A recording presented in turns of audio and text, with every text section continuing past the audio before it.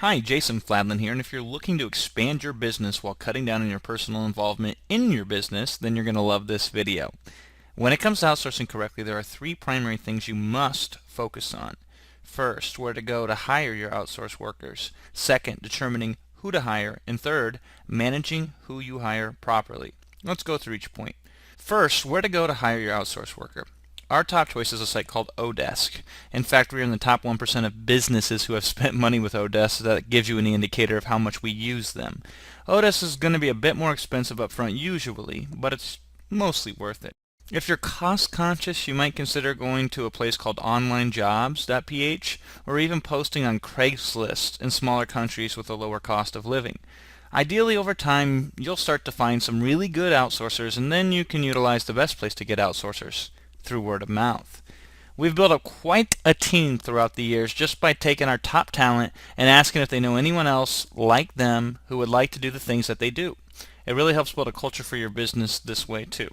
Second, whom do you hire exactly? Let's say you started combing through one of those places that I recommended and you see some different talent that you think looks promising. Well, how do you choose this person for the job over another person? Often you don't. We usually hire 3 people to perform the same task initially. Now it might seem wasteful, but experience proves otherwise. If you outsource linearly, meaning you delegate one task and wait for its completion before moving on to the next task, you're going to have a bad time. Here's the real scoop. No matter how much vetting you do, no matter how promising the resume looks, no matter how many 5-star ratings or good feedback the person has, you just don't know. You don't know how good they'll perform at the job you want to give them. So don't give them the full job at first. Just give them a small piece. And give the same piece to the best 3 people you find.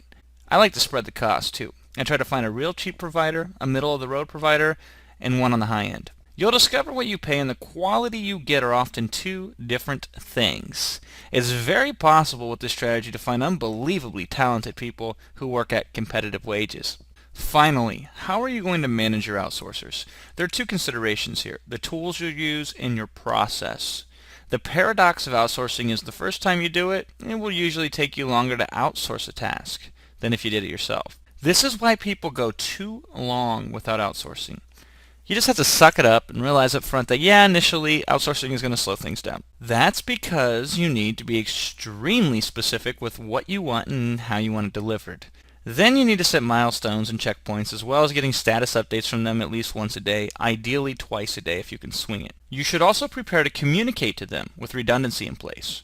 For example, make them send you both a Skype message and an email when they complete a task. This way nothing gets lost. Consider using something like Dropbox or Google Drive to check things in and figure out how you're going to handle updates and version control as well. Ideally, this should be thought out in advance of hiring the outsourcer. So there you have it. If you're dealing with the prospect of outsourcing and it's sort of freaking you out, no sweat. Just focus on using the places we recommend to hire talent and go through the process of hiring the talent and communicating with them how I described in this video. If you want to know more about the outsourcing process, then check out the description below this video.